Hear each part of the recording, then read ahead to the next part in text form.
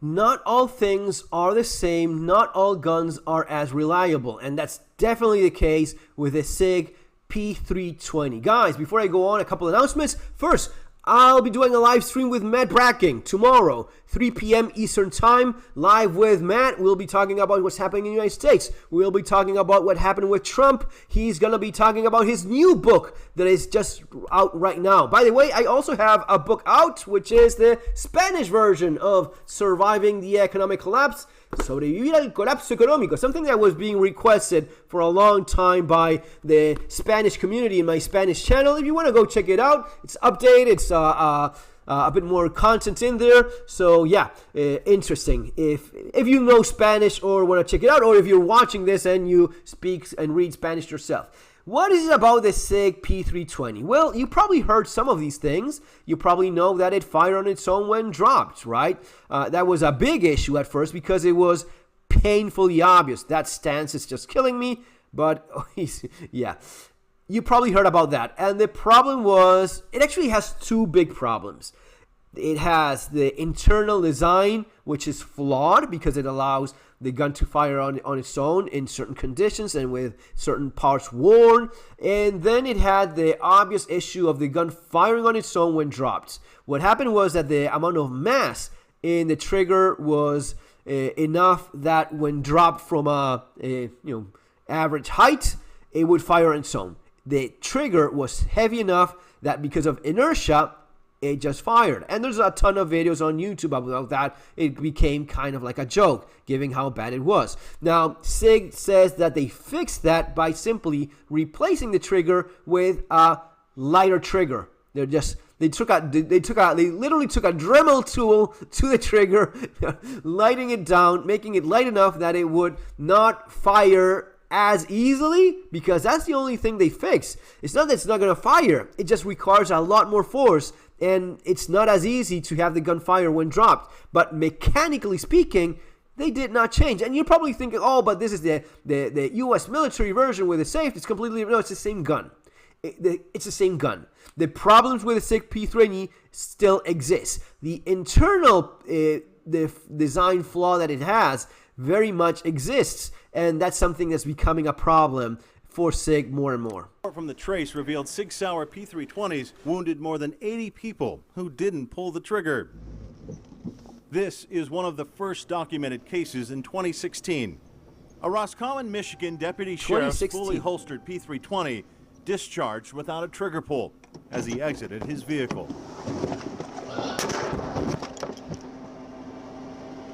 What the hell? So as he exits his vehicle, the gun fires on its own. That's not acceptable. That cannot happen. You cannot have a gun that fires on its own when sitting in this holster, or when in the holster while you're moving around. As long as it's inside the holster, no matter if you fall, no matter if you bump against a person or a wall, as long as it's in the holster, the gun should not fire. Glocks don't fire while in the holster. Yes, there's videos of people that think the gun fired while on its own in the holster, but it was either the holster. And just think about the number of Glocks, how long it's been, how many Glocks out there, and still you haven't seen this happen once. Anytime I've heard of a Glock that fired on its own was loose in a purse. That has happened more than once, and with a number of guns. Loose in a bag, loose in a pocket. It happened that a leather holster from someone that was carrying it got sweaty and wet and moist, and the leather deformed to the point where it made a little bit of a lip folding on towards the center of the holster, and when reholstering, it caught the trigger and fired. There's even one that had an accidental discharge because he was carrying appendix, and when holstering the gun, caught with the t-shirt, whatever fabric got in the way, and when reholstering and then bending forward, the gun fires. But it worked as it was intended to. It worked as it was designed to do, meaning the trigger is pulled, maybe you didn't use your finger, but something pulled the trigger, and then the Glock fired. That is not what's happening with the Sig P320. Because of the way it has been designed on the inside, being a striker fired, which the Glock is as well, but it does not include that safety action that Glock has, which is, sounds like a marketing type of bullshit thing, but it's actually not. It's actually very real. It's not fully pulled back, and there's no way of doing that unless you pull the trigger, and the two internal safeties of the Glock work very well, as well as the third safety on the trigger itself. All of that works almost in a perfection manner, right? Nothing is really perfect, but damn, it does get close with the Glock.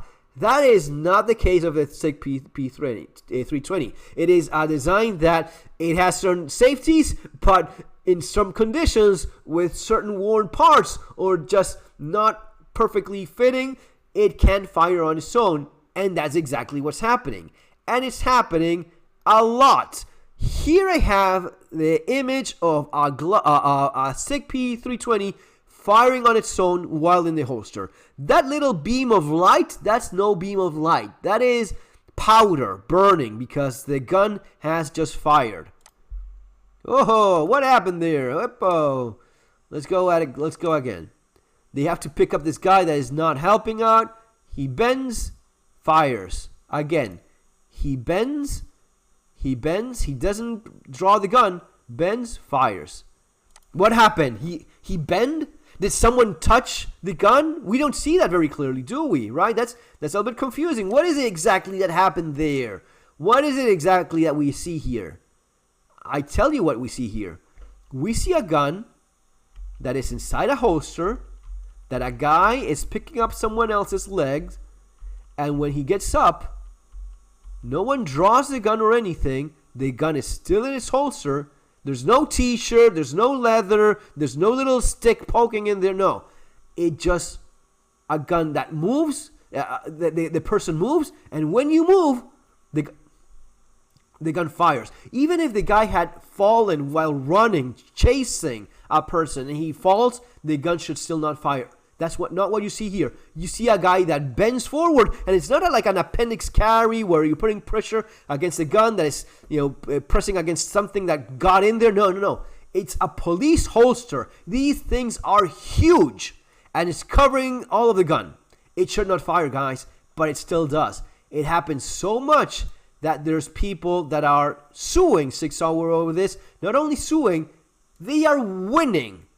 Right, jury finds Sig Sauer liable for pistol shooting, awarding $2.3 million in damages. This is huge. This is gonna be a cascade now because this sets what's called precedent, and this means that from now on, anyone that sues Sig Sauer for their Sig accident, it's not even an accident. It's not on you. It's just a design flaw of the gun of the Sig P320. They're gonna lose that, and it's gonna be a lot of money. But to what matters to us in terms of survival, preparedness, and being safe, there's a reason why I've been saying it all along. Go with Glock. Go with guns that are reliable.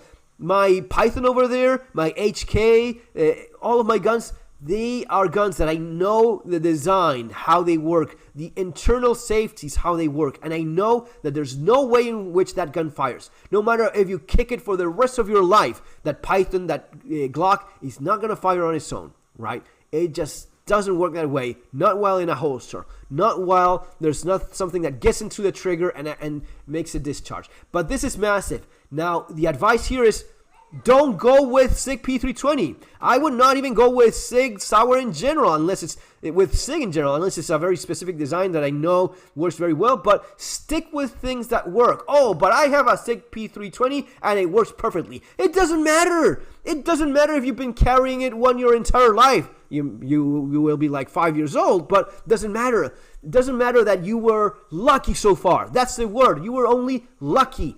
This, guys, is a gun that fires on its own. There's a number of people that have this happen to them in competition as well, but this is the most clear image I've come across so far of a video where it shows that the gun indeed fires on its own while inside a holster, and that is not acceptable. Not acceptable at all. If you understand the internal mechanism of how it works, you see how that could happen, and If that's not enough, or if that's not what you know, just go with the image of the gun firing on its own while sitting in a holster. You cannot trust a gun that does that. See you on the next video. See you tomorrow. Take care.